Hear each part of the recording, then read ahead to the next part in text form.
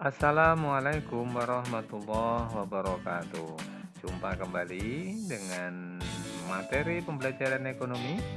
Nah, pada kesempatan video kali ini kita akan belajar tentang pajak.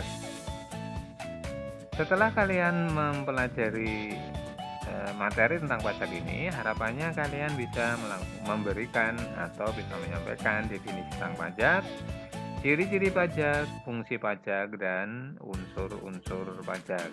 Baiklah anak-anakku, yang pertama kita lihat apa itu pajak. Menurut Profesor Dr. Rohmat Sumitro Sarjana Hukum, pajak adalah iuran rakyat kepada kas negara berdasarkan undang-undang yang dapat dipaksakan dengan tidak mendapat jasa timbal atau kontraprestasi secara langsung. Nah, pajak yang terkumpul ditujukan untuk membayar pengeluaran umum. Nah, dari definisi tadi, kita bisa membuat ciri-ciri pajak. Nah, ciri-ciri pajak diantaranya adalah dipungut berdasarkan undang-undang. Berarti, pemerintah dalam memungut pajak harus berdasar undang-undang. Kemudian, tidak menunjukkan atau tidak memberikan kontraprestasi secara langsung dan dipungut baik oleh pemerintah pusat maupun bisa pemerintah daerah. Nah, di samping itu, pajak yang terkumpul oleh pemerintah digunakan untuk pengeluaran pemerintah yang diantaranya bisa digunakan untuk investasi publik. Nah, anak-anakku, untuk selanjutnya, ada perbedaan antara pajak dengan retribusi. Nah, retribusi itu mudahnya jika kalian masuk ke tempat wisata, kalian harus membayar sejumlah nominal rupiah, itu disebut sebagai retribusi. Atau kalian parkir kendaraan di tempat umum, itu juga disebut sebagai retribusi. Terutama retribusi yang dikelola oleh pemerintah atau pemerintah daerah. Nah, perbedaannya diantaranya kalau kita buat menjadi 5 hal. Yang pertama, dalam hal keputusan, pajak keputusan pemerintah pusat, sedangkan retribusi merupakan keputusan dari pemerintah daerah. Kemudian ketetapan atau dasar hukumnya, jika pajak berdasar undang-undang, sedangkan retribusi berdasar dari peraturan daerah. Nah, kemudian yang memungut siapa? Saat pajak, maka yang memungut adalah pemerintah pusat, walaupun juga ada pajak daerah. Dan retribusi hanya dipungut oleh pemerintah daerah. Kemudian apa sifat pungutannya? Kalau pajak wajib dan bisa dipaksakan kepada wajib pajak. Sementara untuk retribusi tidak wajib. Logikanya misalnya kalian tidak parkir, ya kalian tidak perlu bayar retribusi parkir. Kemudian yang kelima adalah imbalan atau jasa. Jika kalian membayar pajak, maka tidak akan mendapatkan imbal jasa secara langsung. Cuman kalau kalian membayar retribusi, maka kalian akan langsung mendapatkan imbal jasa atas pembayaran retribusi yang kalian bayarkan. Selanjutnya, apa itu fungsi pajak? Nah, pajak mempunyai fungsi diantaranya yang pertama adalah fungsi anggaran atau budgeter. Apa yang dimaksud dengan fungsi anggaran? Yaitu sebagai sumber pendapatan negara, maka pajak berfungsi untuk membiayai pengeluaran negara. Nah, pengeluaran negara tentunya banyak sekali. Nah, pengeluaran negara ini tertera atau termaktub, tercantum dalam anggaran pendapatan dan belanja negara. Kemudian yang kedua yaitu fungsi mengatur. Apa itu fungsi mengatur? Yaitu pemerintah bisa mengatur pertumbuhan ekonomi melalui kebijakan pajak. Sehingga fungsi mengatur pajak digunakan sebagai alat untuk mencapai tujuan. Kemudian yang ketiga adalah fungsi stabilitas. Dengan adanya pajak, pemerintah memiliki dana untuk menjalankan kebijakan yang berhubungan dengan stabilitas harga, sehingga inflasi bisa dikendalikan. Dan fungsi yang keempat adalah fungsi redistribusi pendapatan.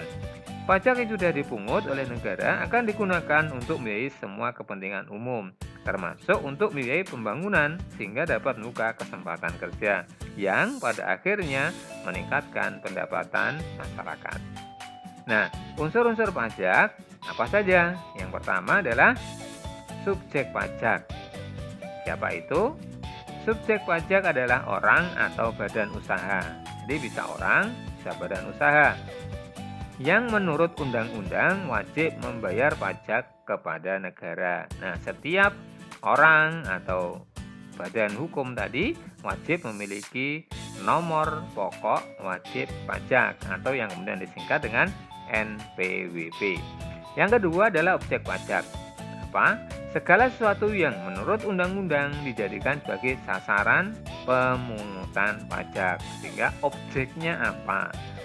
Subjek adalah orang yang membayar, maka objek adalah apa yang dikenakan pajak. Yang ketiga adalah tarif pajak. Tarif pajak adalah pengenaan pajak terhadap objek pajak yang menjadi tanggungannya. Sehingga biasanya tarif pajak dinyatakan dalam persen. Nah, tarif pajak itu ada 4 hal atau 4 penggolongan. Yang pertama adalah tarif tetap. Tarif tetap adalah tarif pajak yang ditetapkan dalam nilai rupiah tertentu yang jumlahnya tidak berubah. Contohnya adalah bea materai. Misalnya ada materai 3.000, materai 6.000 dan mulai 1 Januari 2021 materai 6.000 sudah berganti menjadi Rp10.000.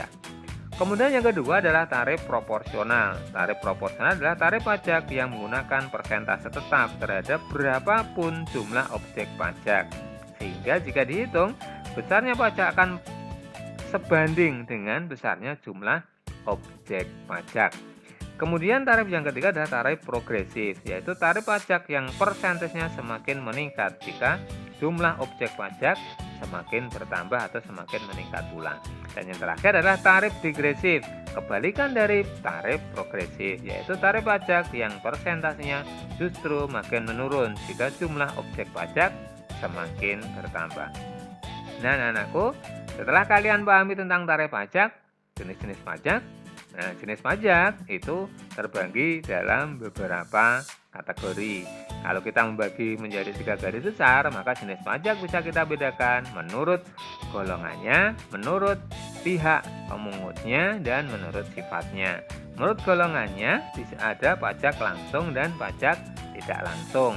Kemudian menurut pihak pemungut ada pajak negara atau pajak pemerintah pusat, dan ada pajak daerah atau pajak yang dipungut oleh pemerintah daerah. Sedangkan terakhir menurut sifatnya adalah pajak yang bersifat subjektif dan pajak yang bersifat objektif.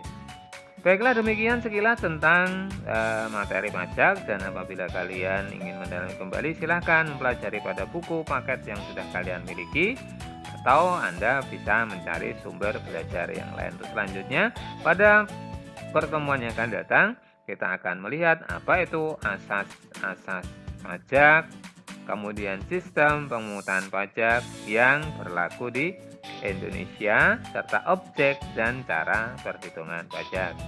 Demikian video pembelajaran kita kali ini, semoga bermanfaat dan tetap jaga kesehatan, tetap taati protokol kesehatan agar kalian terhindar dari wabah COVID-19.